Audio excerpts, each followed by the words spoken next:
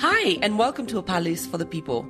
I am Angela Washuka. And I am Anjuro Koinange. As you probably already know, this season we've handed the mic over to interns who have researched, reported, and narrated all the stories you've had so far.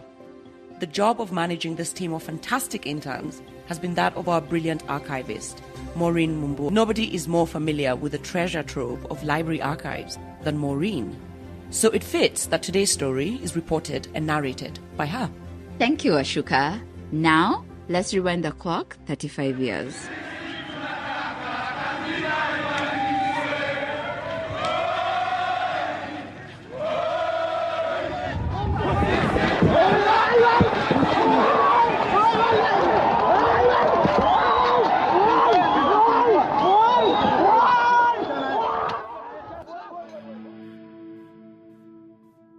What you're listening to is footage from one of the most iconic protests Kenya's ever had.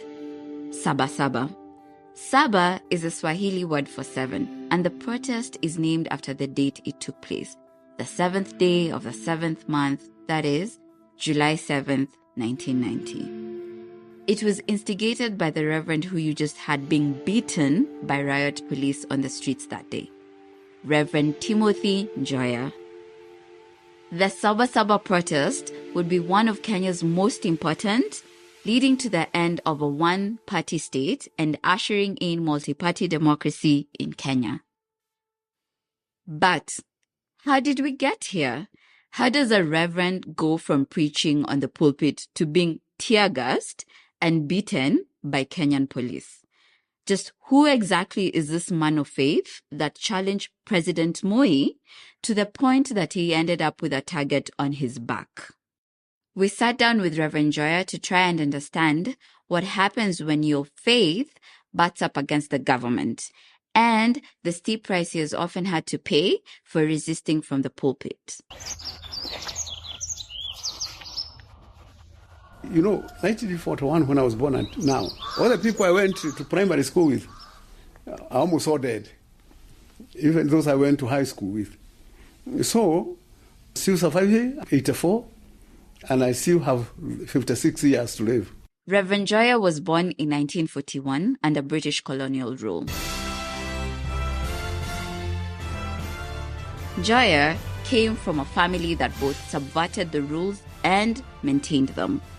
His father was a home guard. That means his father was part of the British-sponsored paramilitary force that fought against the Mau Mau in the 1950s to enforce colonial control. Njoya's dad had hoped his son would somehow follow in his footsteps. My father was mad. You see, the Kenyans were fighting for independence. When he became a home guard, my father stopped being a teacher and he became a headman, sub-chief.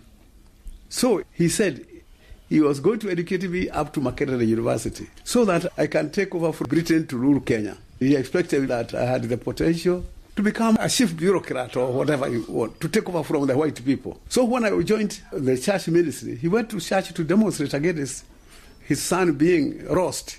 He became traumatized because he was part of the government. Even under Queen Elizabeth during colonial times, under Kenyatta, even in his bedroom, there was a picture of Elizabeth, and there was a picture of Kenyatta, even of Moi. When I was hanging the picture of Jesus Christ, he was having the pictures of, I don't know who could say tyrants.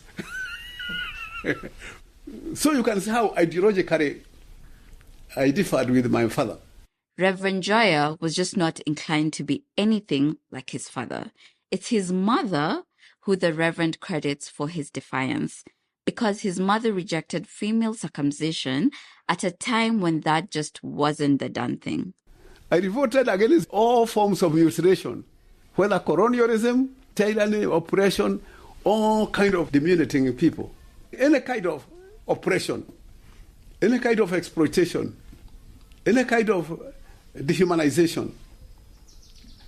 I got saved, and I got saved from participating in those kind of negative elements of society. To be a humanized advocate, I was not taught by anybody but by the Bible. From his early years until today, Njoya has stood up against tyranny and oppression as not just a civic duty, but a spiritual one. It's something he preached about in a sermon he gave back in 2020 on the role of the church in politics.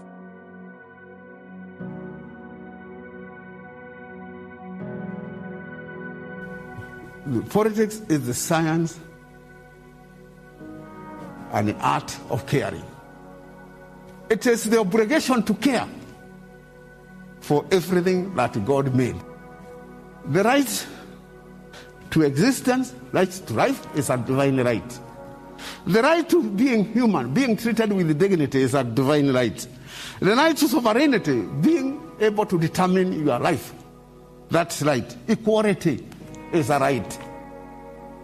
Equality is a right. All these are rights which everybody is entitled to and which it is you who must provide and you must protect.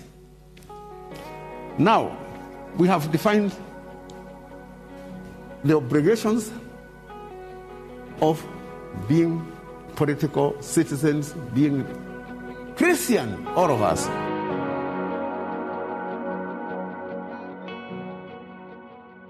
For Reverend Njoya, when Jesus had cared for the sick and the poor, his acts were political engagements.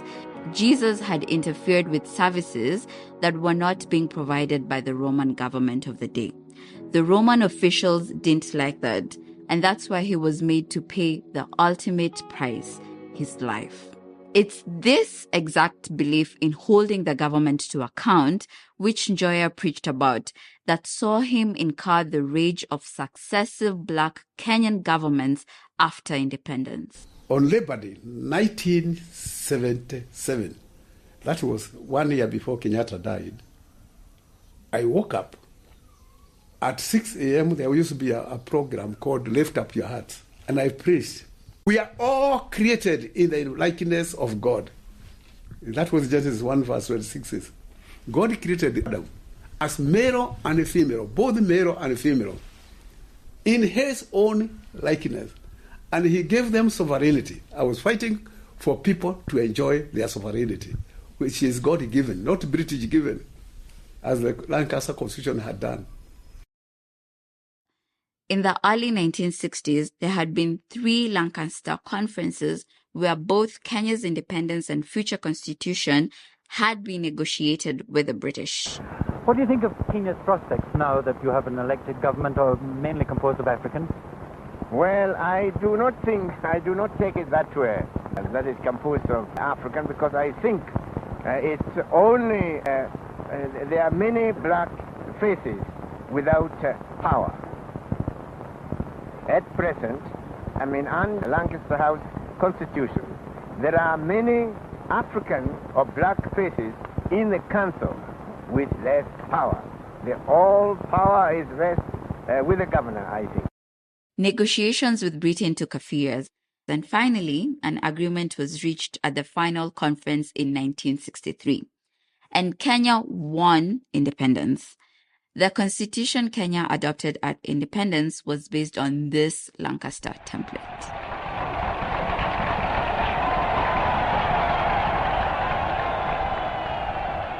Uhuru!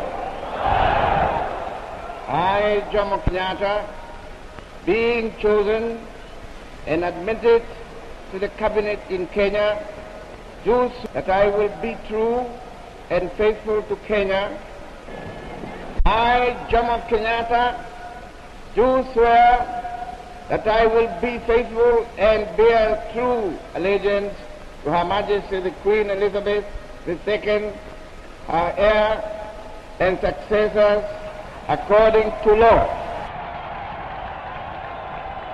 Holding a Bible in one hand, Jomo Kenyatta became the first black president of Kenya, swearing both to do right by Kenya, but also pledging loyalty to the Queen of England at the time. 14 years later, in 1977, Jomo Kenyatta was still president. The very idea that Britain could bestow independence and determine our governance in a post-colonial Kenya was something Reverend Njoya was very critical of.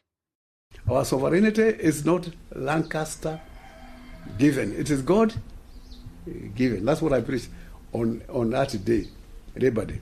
When I said that was at 6 a.m. to 7. In the evening, 9 men came, policemen, into my house at Kikuyu. Can you see this is cut? All this, and all this, and all this. The Reverend is showing me his hands, which have scars and uneven marks from healed cut wounds. I was using my hand to shield myself. They started cutting me with mipangas. Can you see? Can you see? Can you see the wounds everywhere? I was using this hand to shield myself. When I saw my hand is finished, I started using the other hand. Can you see? This is Kenyatta's government and the policemen. This was the first time Njoya would see the brute force of Kenya's government and just how far they were willing to go to silence him.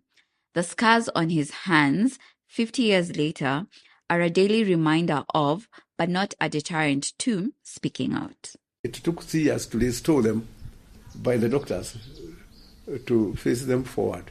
So I have had a lot of surgeries, about 7 surgeries. So that was my first attack by the Kenya government. I got saved by God. I was in the ICU for 3 days. When I woke up, I continued preaching the same until today. And now, Moi could not start that.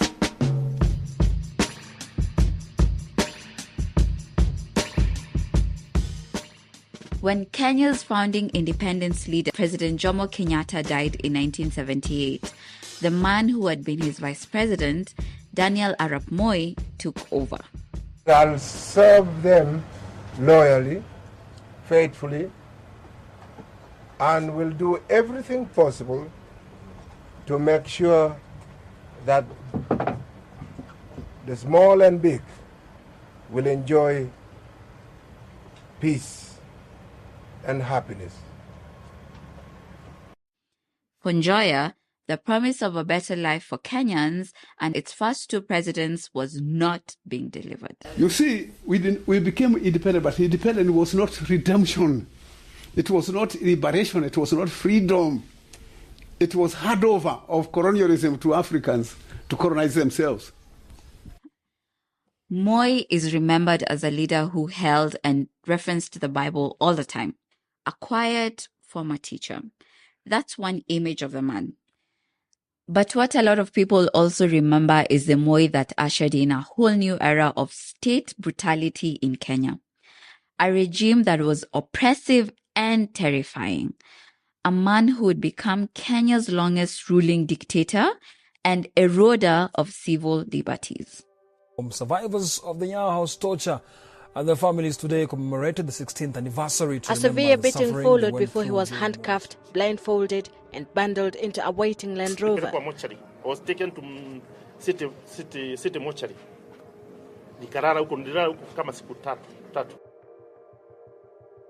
And the leadership of President Moi, life for Kenyans got further and further away from anything that looked like democracy. After an attempted coup in 1982, Moi abolished opposition parties and made his party, KANU, the only legal entity. This made Kenya a one-party state where anything that looked like criticism was met with brutal force, torture, and imprisonment. But just because opposition was banned didn't mean that Moi didn't have his critics. One of those critics was Reverend Njoya. Life for Kenyans under Moi went against everything he had always believed. All broken social and material relationships are necessarily violent. Inequality is violence. It's another word for violence. If you think you are entitled to something you're not entitled to, then that's violence. Because you cannot maintain your privilege without violence. You need a gun to maintain inequality. If you want to have more things than others, you have to have a gun. Because you cannot, people will insist you getting more than them unjustly. Even in the context of Moi's frightening autocracy, Njoya spoke up to denounce Moi. While fellow clergymen were choosing silence, Njoya did not relent.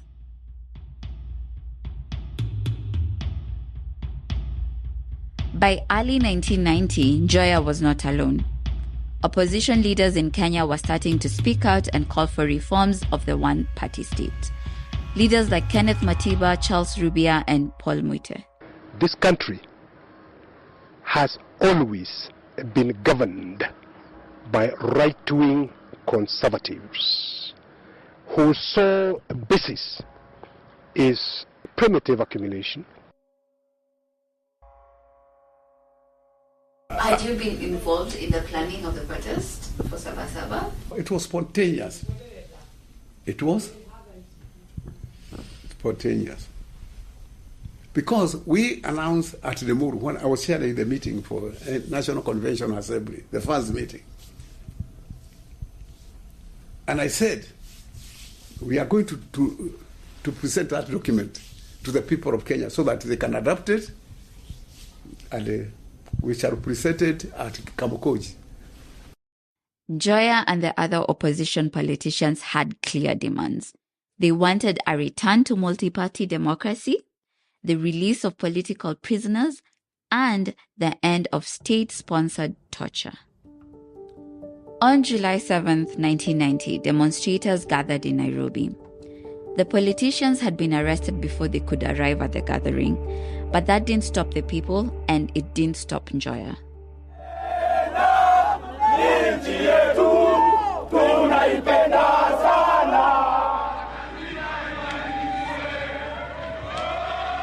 Even though the protests started peacefully, Moi's forces were waiting.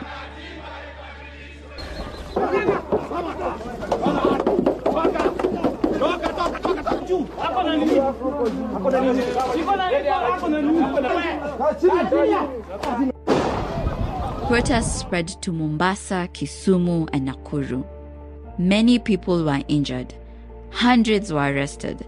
21 people died that day. Among those beaten was Reverend Timothy Njoya.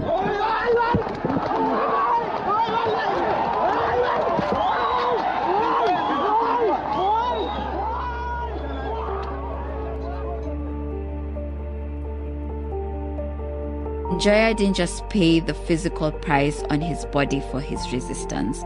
His own church, the Presbyterian Church of East Africa, would disavow his actions. The church was defrocking me every time I was beaten. The church was removing the collar from me. One time for 2 years. Because the church was a coward. It didn't want the government to fight it. They disowned me. All the 3 times I was in the hospital, not a single clerical religious leader came to see me or pray for me in the hospital. And did this treatment by the church ever make you doubt your own faith? Then what I was fighting to redeem Kenya, and the church was part of it. I was a doctor for Kenyans, and the church was part of it. The actions of Njoya and the political opponents, their arrests, images of them being beaten, and Moi's ruthlessness following Saba Saba, those images were seen around the world. And there were consequences. The World Bank froze its aid to Kenya. Other major foreign funders of Kenya's aid pressured Moi's regime to usher in democracy. So, just 1 year after Saba Saba, change did come to Kenya. I am glad to inform Kenyans that I have today ascended to the bill as a sign of my commitment to political reforms. Of course, it wasn't that easy. After 2 term limits were introduced, Moi decided his 12 years of previous rule didn't count. So he held and allegedly won 2 more elections, which many debate the free and fairness part of. So he continued to rule until 2002. They are free and fair, despite some irregularities here and there, administrative irregularities. If I may ask, in all their areas, did they miss any votes? It is me who should have complained bitterly. In his 84 years, Reverend Njoya has not doubted his political and spiritual conflicts with both the Kenyan government as well as the church leaders who have criticized him. We asked him how he felt when he was defrocked by the church. I'm a theologian, you know. I'm an ideas man. My ideas run faster than me. My ideas are ahead of you and I, and ahead of the church too. So defrocking me is simply an institutional matter, and a ecclesiastical matter is not a faith matter. You see, they control the church as an institution. But 90% of the people are still on my side. Those are the hierarchy. So are you correct to say that I was defrocked by my church? I was defrocked by the church hierarchy.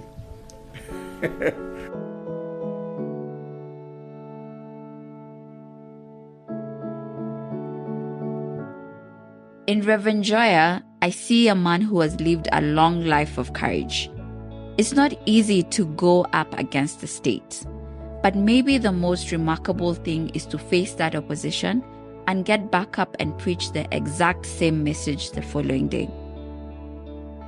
Whether under the British or successive Kenyan regimes, or even during the current anti-government protests, protesting in Kenya is sadly so often characterized by brutal backlash. But in the Reverend, I see what it takes to get back up every time and speak truth to power.